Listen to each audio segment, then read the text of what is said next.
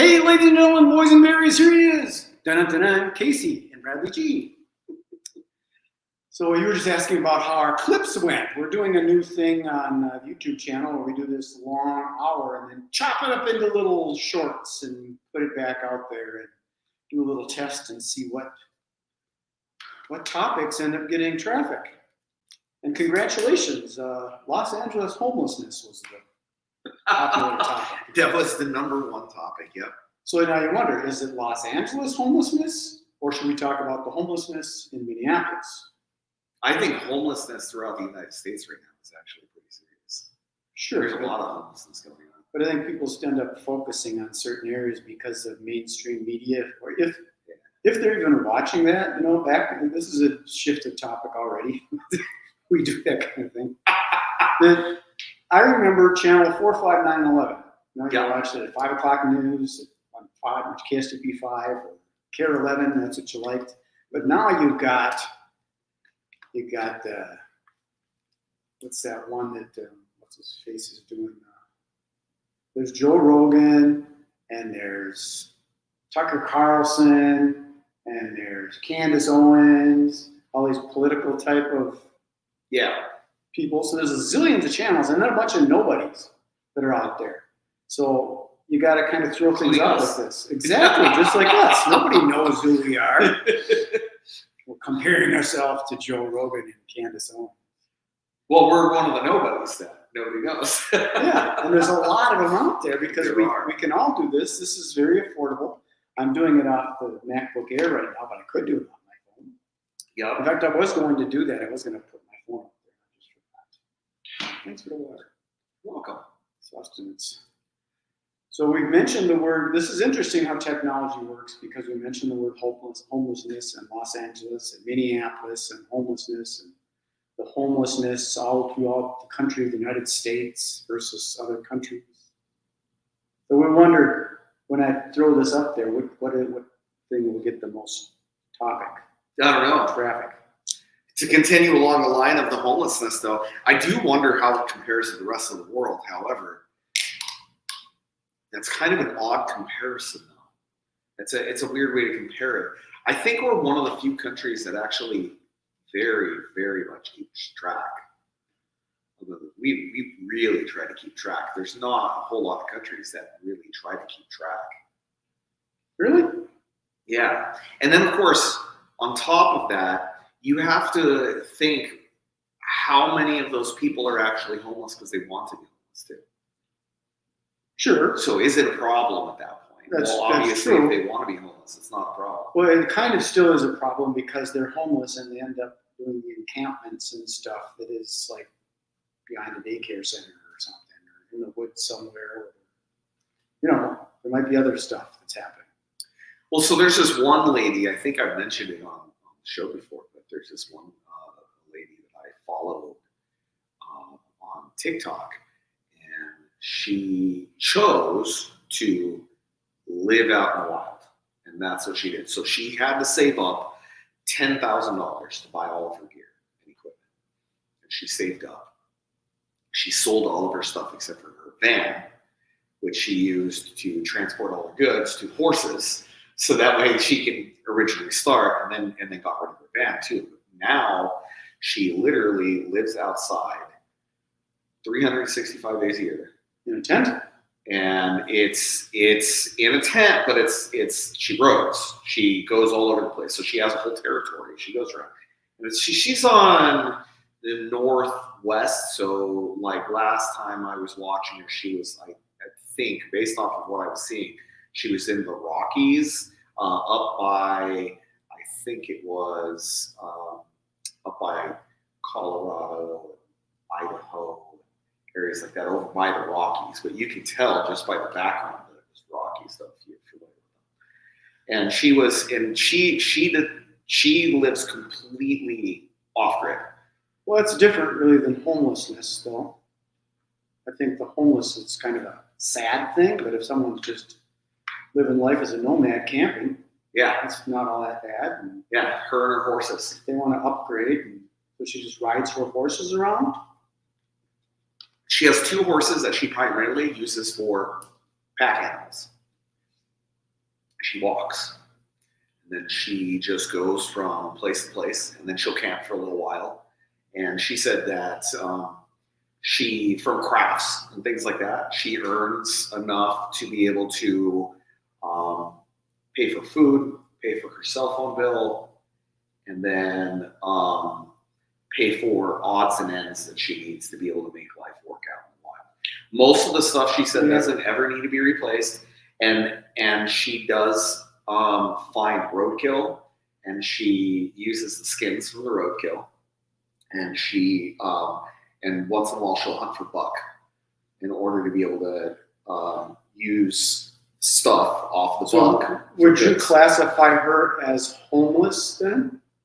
Yeah, so that's no, I wouldn't classify her as homeless, but there's not a whole lot of people I would classify as homeless if they're doing it on purpose. Because if they're doing it on purpose, they have a plan. Like my cousin, for example, right? So my cousin, she got addicted to drugs and ended up living on the streets for a while. And her homeless tent that she lived in with her boyfriend at the time, this is years ago now that she was doing this, but she lived in this giant tent in the river basin, which of course can be really dangerous because if it rains, it's a big deal. Right, you can get flooded out. But she would go into the river basin, and they would set up they set up their tent. They would move it every once in a while. They even had a big screen TV in there. They had a big screen TV. She had an air conditioning. That's not homeless. That's camping. It's glamping. She was glamping, living out in the middle of nowhere with no expenses. But it wasn't the middle of nowhere. It was like she was living in the middle of nowhere, but she was in the middle of LA. And she would eat her business.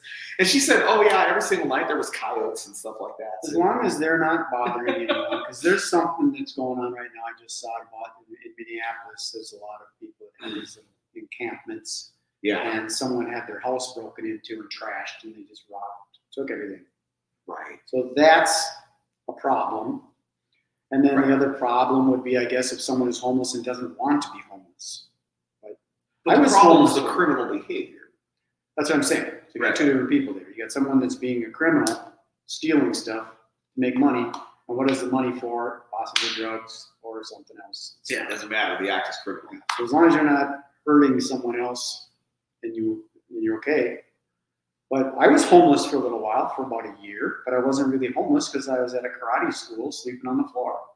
And once in a while, sometimes I'd go over to his house and shower up and sleep on the couch or on my sleeping bag is mobile. Nice. So I guess I was kind of homeless because I didn't. Yeah. What's a home? Home is where the heart is. So but if you're having to sleep in this sub-zero temperature, oh yeah, on a grate on the sidewalk somewhere, that'd be awful. That's not good. No. You're sitting there freezing. Could literally freeze to death. Yeah, I wouldn't be able to handle it. So that's where I think if they count those numbers of people that just don't have houses. Depends on if they want to or not. Like the hobos that ride trains and stuff. Yeah. That's their lifestyle. Yeah. Not a lot of those left. There's forums out there that talk about, the hobo lifestyle. And I get fascinated with culture, so I'll just go and read about all this stuff. But yeah, I was reading about it, and basically they started cracking down on it in the 90s. And so at this point, there's not very many hobos that will ride the trains cross country. Well, the trains probably don't want them to. Right. The security is a little more strict now with the cameras and all that kind of stuff. Yeah. Yeah, so people don't want them to, but also there's just not near as many people who want to. Yeah, it's not that glamorous. Yeah. On a train. Right. Yeah. I mean, it'd be fun taking a train cross country. I just imagine, in a boxcar or I'd imagine it being a little nicer, yeah. I've done the Amtrak thing before. Yeah, that's on my list. Within the next 3 years, I really want to do that. Yeah, we want to do a Minneapolis to Seattle West Coast thing and then rent a car and drive down PCH. Oh yeah, that'd be fun. Yeah. I want to do the same thing. I want to take a train from here to the West Coast, and I want to do it via the Amtrak route with the Adirondacks and all that, and then go to the West Coast. And I want to take the train down, because the train stops right near where my mom lives in Greater Los Angeles. So train stops near there. So my mom could just come pick us up, and then we can go stay with my mom / grandmother for a little while, right? Because my Oma, she doesn't use all the rooms in her house. Mm-hmm. So, between the 2 houses, we'd be able to have enough people for us because, large family. And then after that, I want to take a different route on the way back. So I want to go up West Coast, up through to like Washington, Oregon area, in that area. And then I want to come down along the coastline there. And then I want to take the scenic route through more central. It goes through the Great Divide, kind of more near like the Nevada mark and up into like the Colorado area. I can't remember exactly how it flows. I'd have to look at the map again. But they say that one is actually one of the most beautiful train rides ever. The train actually goes through areas that literally there's only enough room for the train to be on. And then it's a mountain, sheer mountain going all the way down. So literally you could just look out and they say that the views are just absolutely stunning. And it's untouched area. I have not researched that one. It's interesting. Yeah. There used to be a group of magicians that performed on the LA to Seattle Amtrak. Oh, that's cool. Yeah, there's like 6 magicians who work the trains. Yeah, it'd be fun. Yeah, those were the days. I never did it, but it was an option. Yeah. That's cool. So the topic that's on here is actually, did you see the topic? I didn't see the topic today. Come on, man. I just threw all my stuff together and I was like, all right. But of course, It was, are we spiritual beings and having a physical experience, or are we physical beings that have spiritual experiences? Because that's a controversial thing, and sometimes people do that kind of thing. We're spiritual beings having a physical experience, and everybody's kind of in their thing, kind of like, What if we're spiritual beings having a physical hallucination? That's a good one. There you go. We're spiritual beings and all of this is a hallucination. Well, now that we've gone that direction, that is kind of what we talked a little bit about before, of vibrating at a certain frequency. So we are spiritual beings in this 3D world because that's where we're vibrating, and that's why we think this is physical, when really it's just space. Right. We've just decided it's physical. Yeah, and we're having that experience, and our limited beliefs don't let us pass through solid because we have this thing that 2 solid objects can't occupy the same space, but these objects aren't solid. Right. It's all just molecular structure. A molecule and an atom and a proton and a neutron, and what's inside of a neutron, like a quark. And it ends up being just energy anyways, but we need to grab onto this physical thing so we can captivate it. But if you can get high enough, quarks, neutrinos, things like that. Yeah, you just fuck all that. We're just like energy now. So now we no longer have this physical form, which goes into that topic of hallucinogenics and going into space. I told you I did. Yeah. When I was in grade school, it was an accident, but it wasn't an accident. But I took some blotter acid that a friend of mine offered me. I was in 7th grade, and it wasn't a big deal. It was just a little square of paper, and I just took half of it. We split it. Wow. Weird experience? Well, I was paranoid because I was in school, so I was scared. That's a bad time to do it. The floor melting and stuff, and people's faces melting, and you could tap on the floor, the tile, and see the tiles like it's water.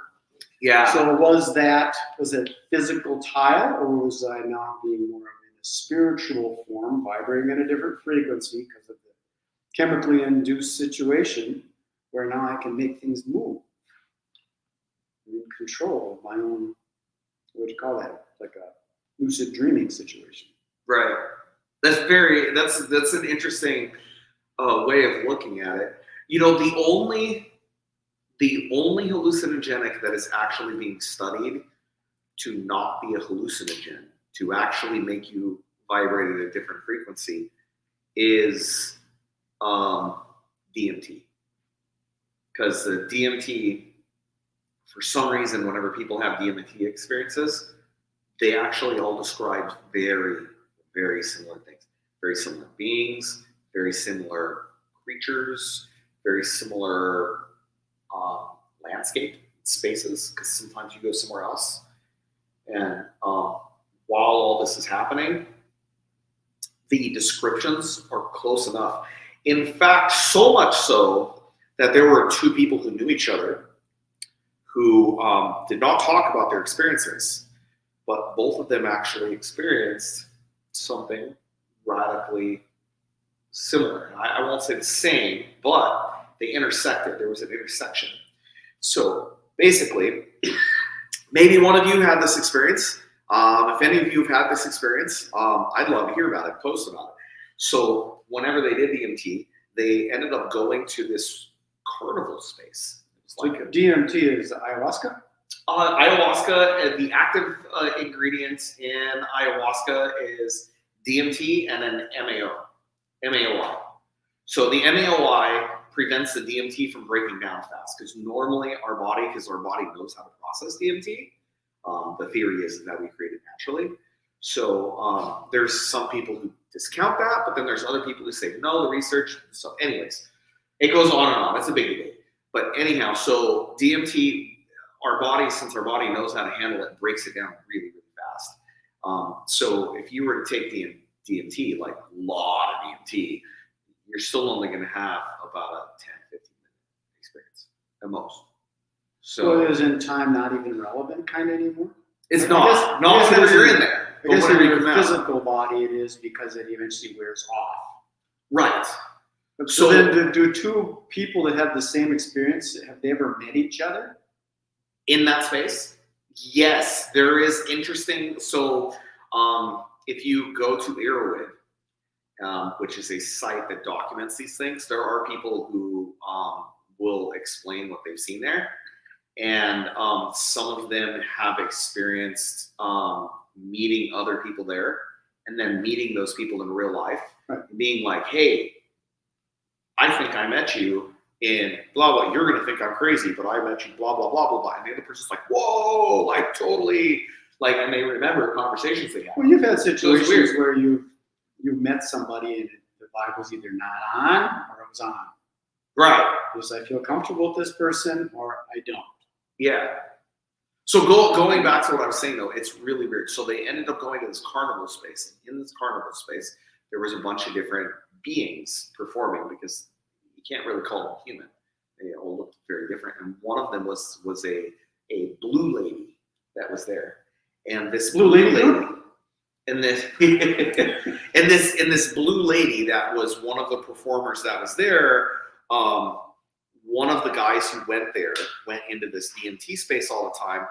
He had a hallucination that was like his lover, right?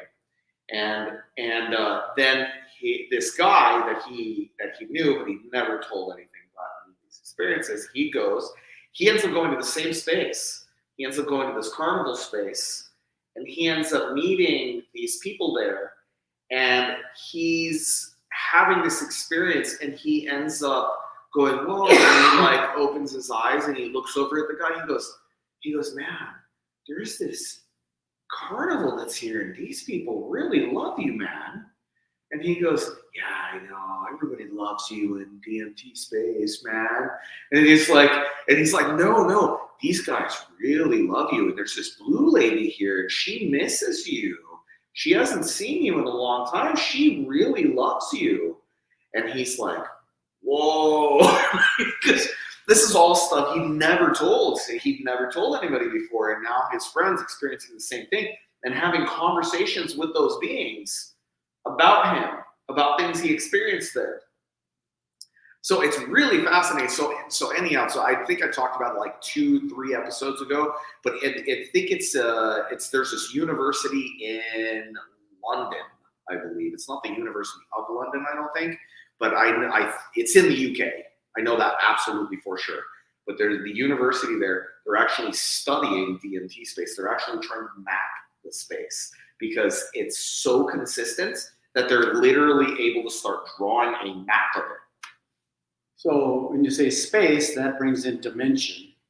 Yeah, it's almost like you're just becoming aware of another dimension.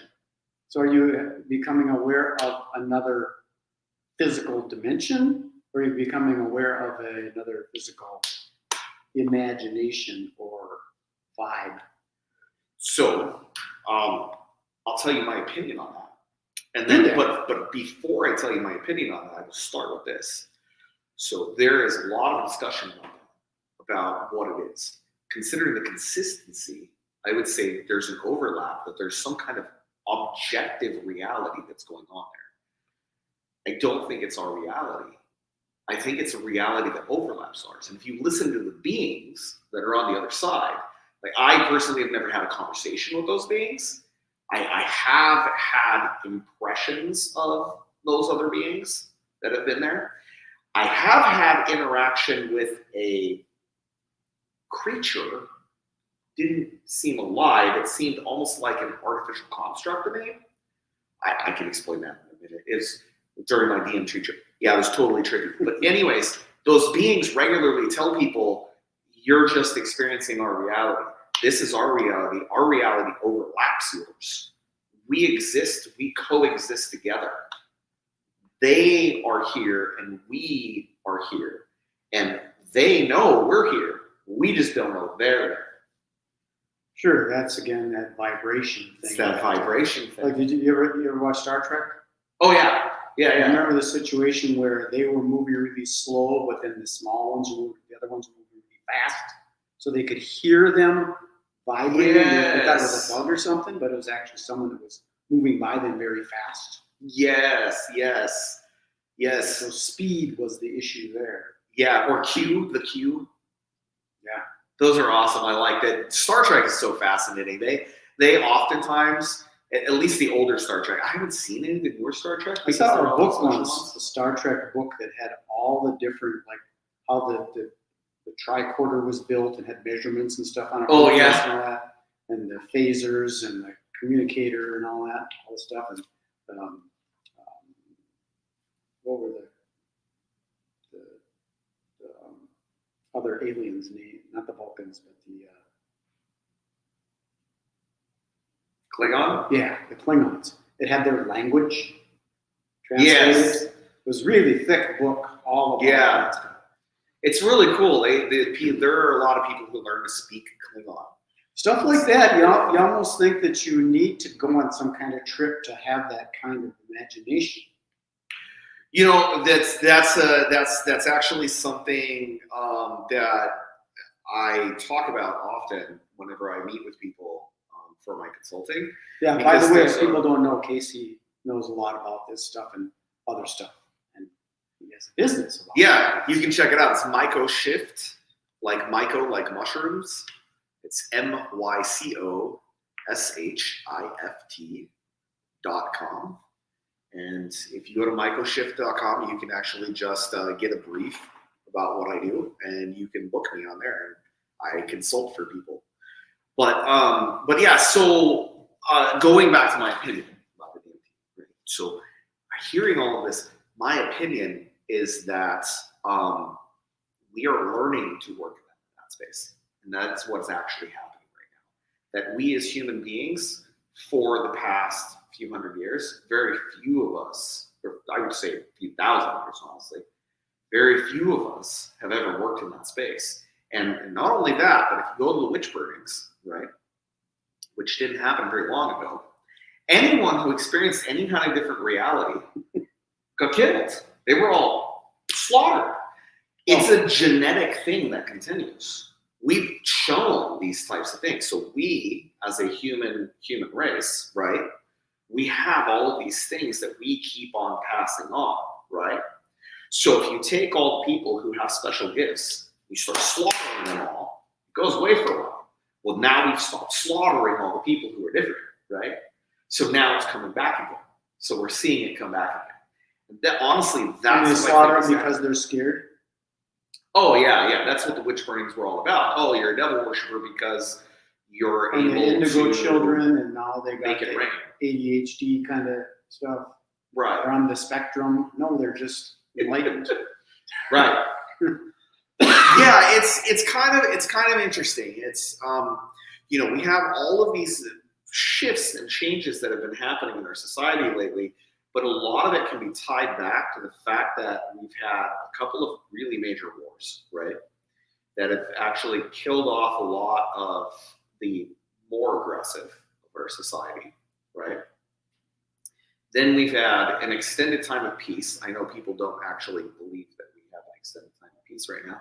And they would be right if you're looking at the statistics as far as the amount of wars going on and stuff like that. Well, sure. If you look at the war versus the peace, I mean, right now we're not fighting. We're probably pretty peaceful. Oh no, we have tons of bombs. I mean, you mean? Oh, you and I, yes. Right now we're pretty peaceful. But that, which is my point. My point is if you look at the amounts of war that we have going on right now and the amounts of people that are being killed due to violent conflict, we are actually in the most peaceful era that we have in recorded history. Is it they've just kind of learned a better way of doing it? Not better, but a more efficient way of having a war. Whereas instead of just blowing up a whole bunch of stuff, they can kind of laser in on certain things, so it just doesn't seem that violent. It's not as barbaric, swinging swords. And I think it's out of sight, out of mind. We in the United States don't actually get a good feel for that as much as a lot of other places, because we in the United States, the last time we've had any conflict on our own soil is Civil War. I mean, we got attacked in Pearl Harbor, but I mean, that's it. That's the only thing that's really happened. So I mean, there's the brief conflict of the Spanish-American War, and there was a brief conflict of the Mexican War that we had in the War of Mexico. But really, those were minor. And then there was and then of course, not to the people who were experiencing it, but you know, in the greater scheme of things, there were several conflicts that we had with Native Americans, and that was just, of course, just a slaughter. And you know, here we are though, for the past since 1947, every decade has kept reducing the amounts of people that are being slaughtered in the world willy-nilly due to. again, I wonder if some of that is now with the technology, and maybe it's not a physical slaughtering, but more of a mental slaughter, because we are in a sort of a civil war right now with the polarity that's going on, and some people are big time. Psychologically. Big time, yeah. Whenever I was on city council, that was actually one of the talks I did. We were talking about it, and people were saying like, "Well, what do we do? Like, there's a lot of conflict going on right now. This is just post Juan Paul and all that was going on, and I was a delegate for Juan Paul at the time, just before I ran. That's what I was doing. That's the reason why people wanted me to run. And I was hearing about all the stuff happening. I talked to people who experienced like some really bad stuff. So yeah, absolutely. I totally think that we have been experiencing a civil war for the past decade. I really do. And actually, I would say almost 2 decades. It's a psychological warfare that's happening. But that's exactly it. It's psychological. It is a social warfare that is happening. It's not something that is you and I duking it out or trying to shoot each other and kill each other and spill each other's blood. But there is some of that that's happening too. I mean, every once in a while, there's something that happens. There's big, ends up making it in the news, and then the news washes it over like it's some kind of isolated incident. But there was a while there where there was a lot of stuff happening. So there was a couple of states that actually threatened the federal government and said, like, we're going to have another conflict if you don't stop. We're going to see. We will see. That was literally a conversation that was happening for a while. Nobody heard about it. But it was happening. It was actually happening. There was articles written about it. There was, articles as in, like the articles of the Constitution, like articles, actual legal documents that are written. Well, there's stuff that's happening. I mean, you don't know if it's really happening or if it's that fake artificial intelligence kind of stuff that's going on. But passing laws at midnight and stuff like that in the is happening. And then I think that the psychological stuff is more dangerous because the person that's being the victim doesn't know they're a victim. Right. Like with my magic background, I can make you select a card psychologically, Yes. and you don't know that I did that. It looks like a magic trick. Yeah. It looks like a real magic. Well, that gets into Bernays propaganda. Yeah, there's people that are doing that kind of stuff right now. Yeah. Like I mentioned in some of my talks when I talk about how, as I grew up, my brain developed differently because I look behind the scenes. Like when I take Monica to like Cirque du Soleil, she's watching the show. I'm watching the rigging and the staff and the people, the cameras and the lights. I'm watching behind the scenes kind of stuff. Or when I'm watching the news or listening to a politician, I'm not listening to what they're saying. I'm listening to what they're thinking. So why are they saying what they're saying? What's going on in their head that's making them say certain things? Right. And to me, it's really obvious when people are being very manipulative and taking people down a neuro-linguistic path. Right. Neuro-linguistic programming, that's what they're doing. They're just you've got two little decisions to make, and then all of a sudden you got two more to make, and you go off and you can walk someone down a path like that. And my brain is very similar. I get that. I totally understand. And that's what I think is more dangerous almost than someone actually bombing a place. Oh, it is, yeah. It absolutely is. You can completely destroy a culture and a society without ever having to drop a bomb. You don't ever have to drop a bomb. And there was plans out there for a long time how to subvert and how to implement those rules in the United States.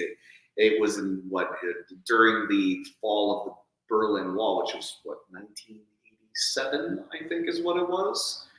But whenever that came down, like they actually were finding KGB had full-on plans for infiltrating and have been implementing infiltrating of the United States to basically nationalize their citizens here by having them born here. They would just take over towns, and then they would train them behind the scenes how to subvert the U.S. And they would basically take these people.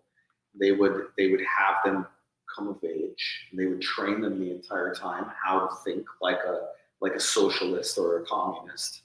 And then once they got to a certain age, they put their entire life has been geared towards politics, and then they put them in politics. So we have a bunch of people who are involved in politics that don't know that they're programmed.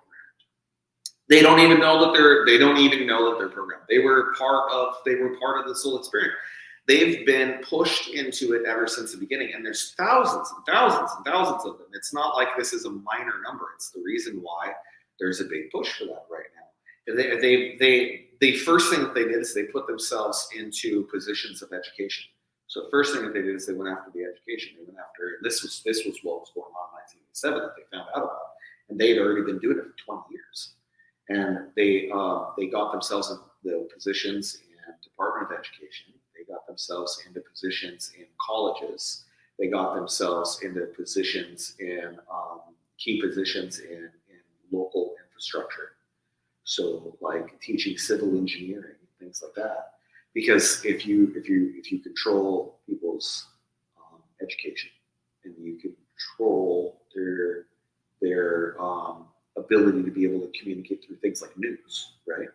And if you control their ability to be able to go to and fro, right?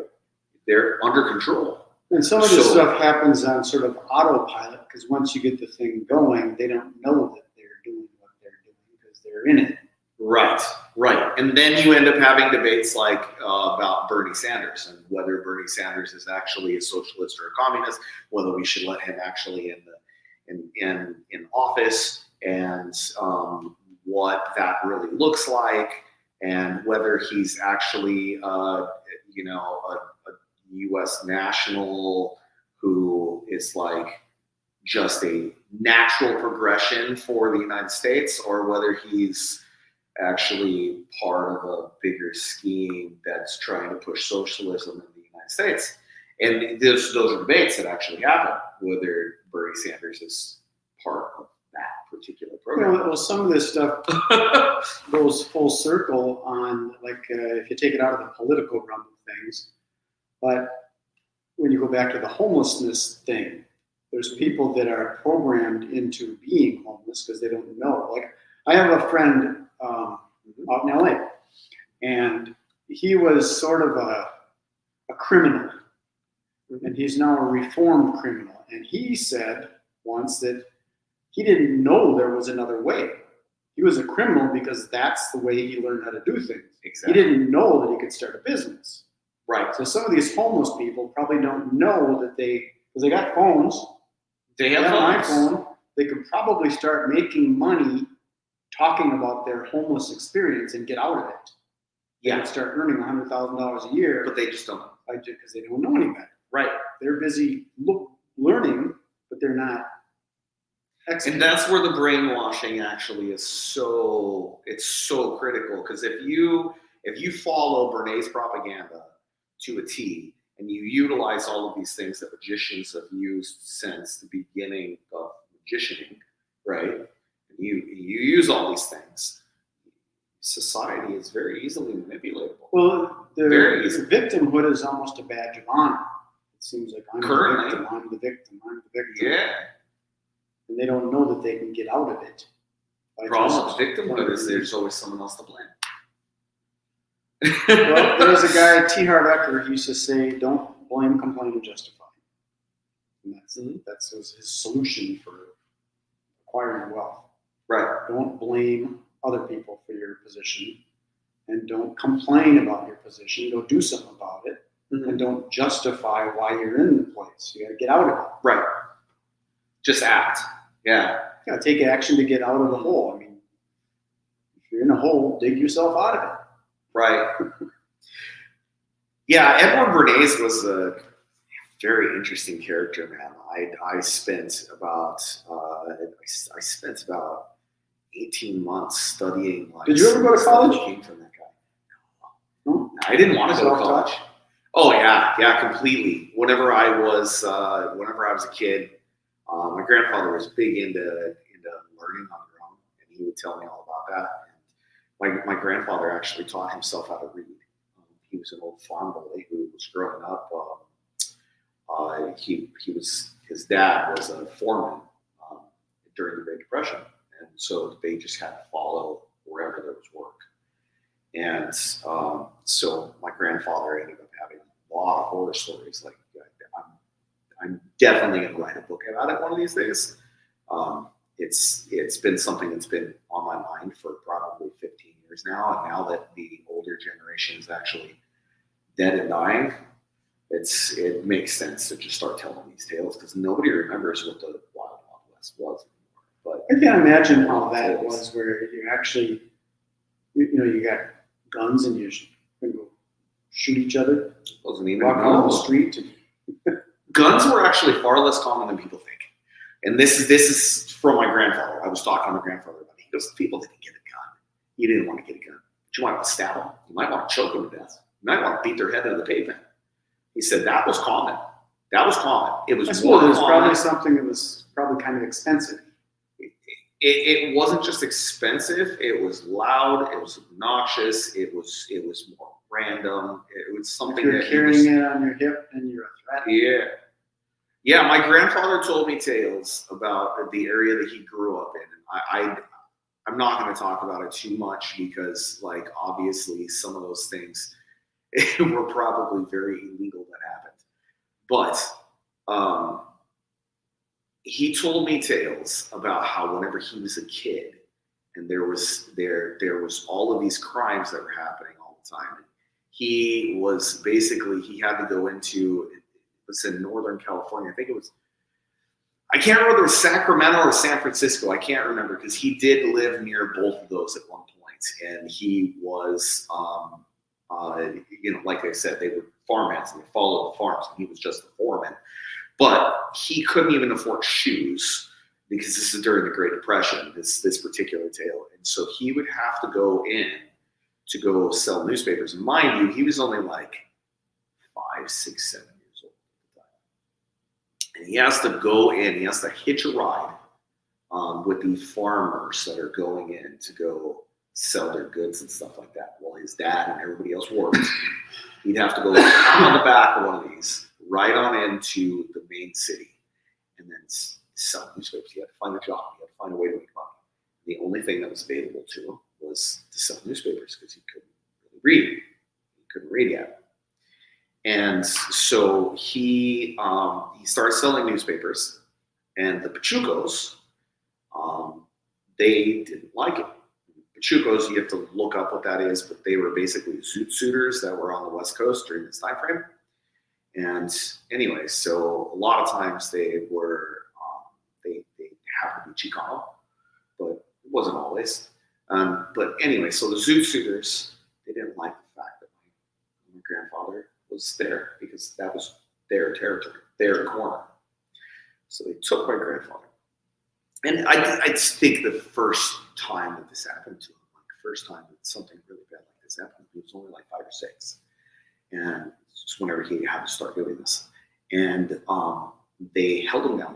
There was 3 of them, held him down. One of the other ones pulled out a switchblade, pulled over the switchblade, cut his hands off. Like, just, this is our corner. And cut his hands off. He had scars all over his hands from that.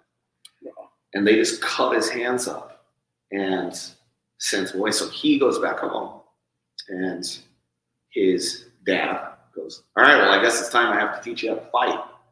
That's the response. I guess it's time I have to teach you how to fight.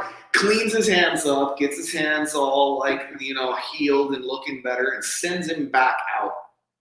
I mean, this is just the time frame. It's just the way that it was. Nobody had guns. So he told me about years later, like this is after he was actually got himself into school, and he taught himself how to reading comic books. Talks about that. He was like, yeah, they would. So the teacher would let me borrow comic books, and I would take it home. And I taught myself how to read with comic books because I wanted to know what they were saying. Boom, pow. And he was like, yeah, it was interesting. I just want to know what was going on.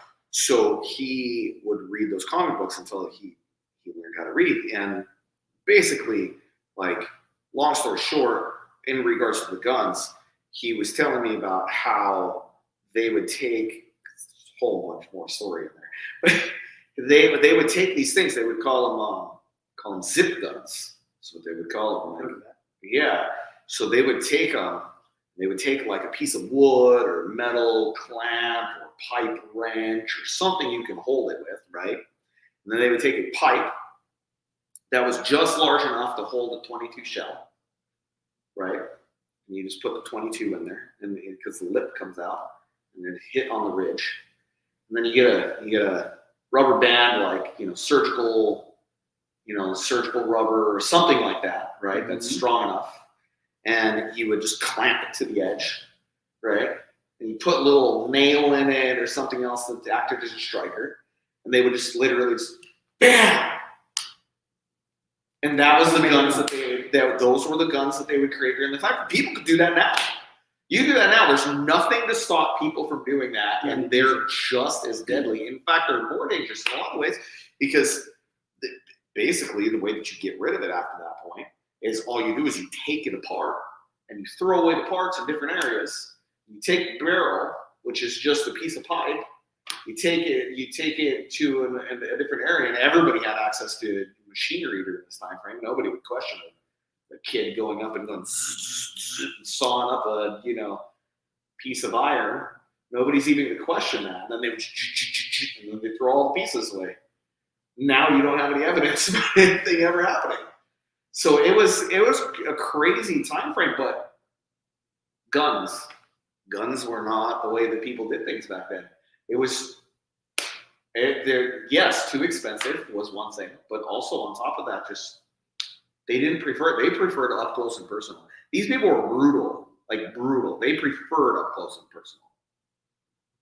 Makes sense, because then you don't have that evidence or something to have to carry around because you don't use it that often. Right. You just got your fists. You always got them with you. Yeah. Well, I didn't even know my grandparents. I knew my one grandma. I didn't even know. Yeah. I don't think they were alive. Well, they passed away before then, huh? I never met my grandparents. Yeah. That's too bad. You know, grandparents are It is. fascinating. They give you a tie to the past. You end up learning a whole bunch of history that you wouldn't know otherwise because, you know, they were in it. It's different reading it in a history book. Like I can read all about, you know, West Coast and history and stuff like that. You know, but the stories that I have growing up about my dad and my grandparents and, you know, my aunts and uncles and just the crazy stuff that happens, like, you can look it up. Like, there's actually a book by the same lady. I can't remember what her name is, but it's the same lady who wrote The Orchid Thief, which is a famous book. Anyhow, she wrote a book actually about my family. It's not actually about my family, but it is, and it's false. There's actually a bunch of shit in it that's not true. It actually pisses me off to no end. It pisses me off to no end. But because she writes things that are pseudo fiction, you know what I mean? So she bills them as being as being accurate, but they're actually not. It's got little jabs in it. Yeah, it's not really. Yeah, she bills herself as not. I mean, all of her stuff that she writes is not really completely historically accurate. It's more like historical fiction.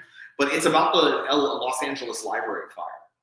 And my uncle was actually implicated in the Los Angeles. How long ago were you in LA?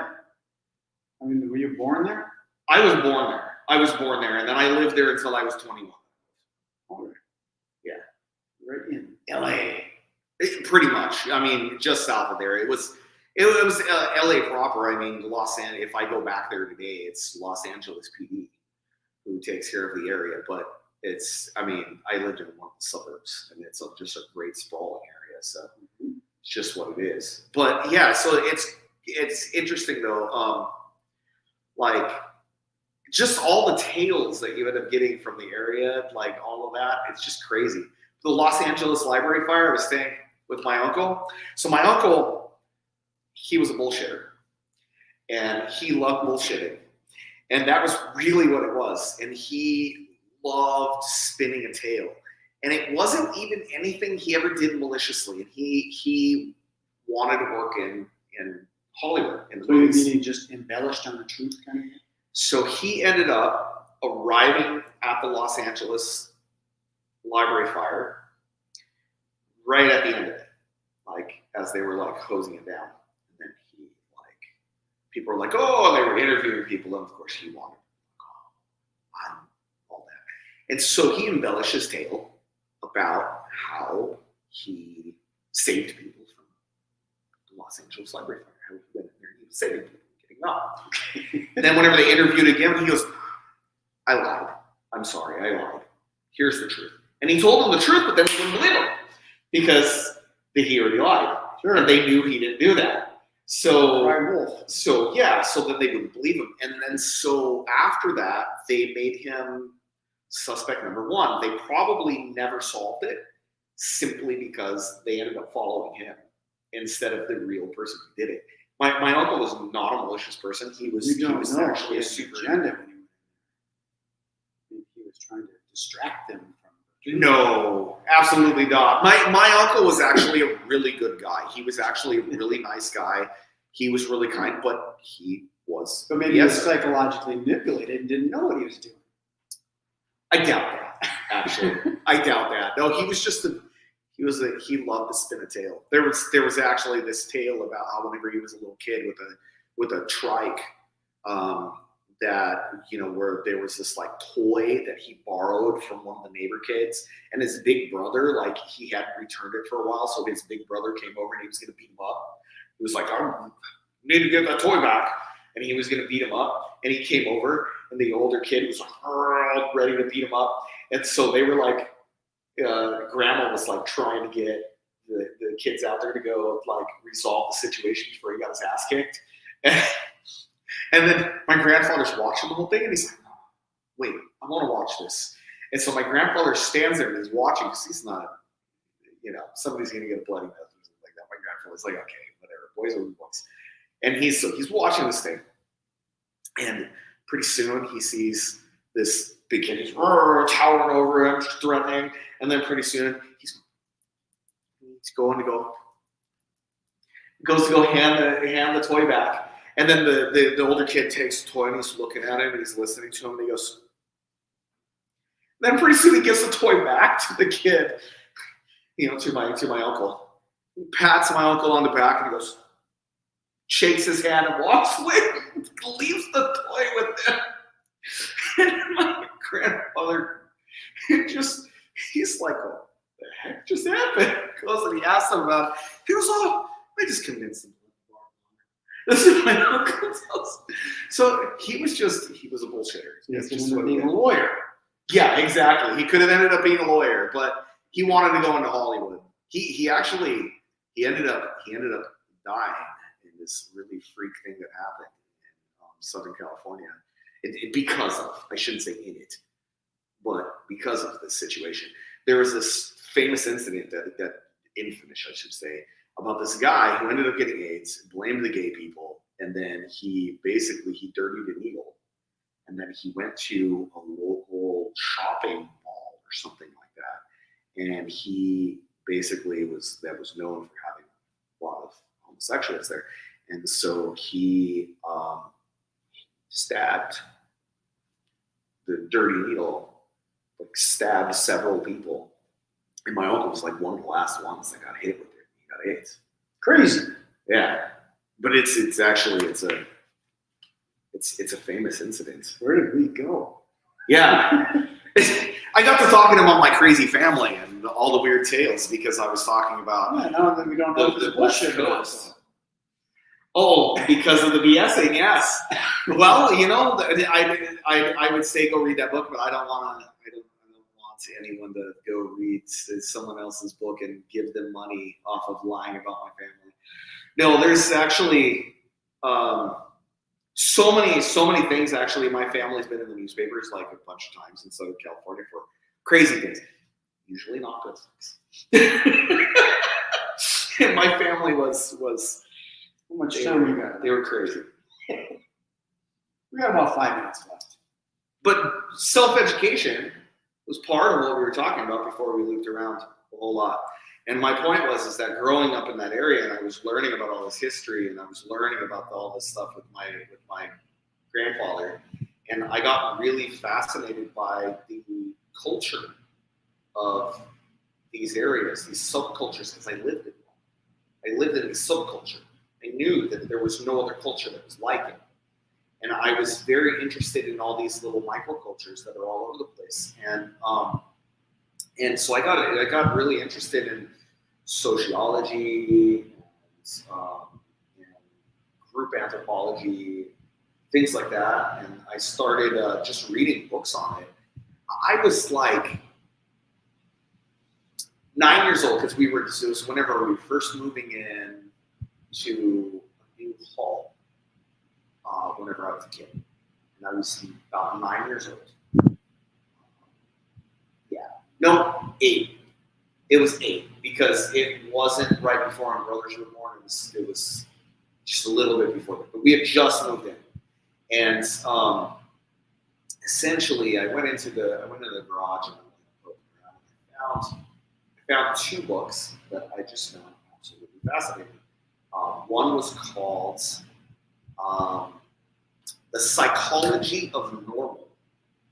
And it was all about how the idea of what normal is so warped because what equates as normal is actually less than 35% of the population.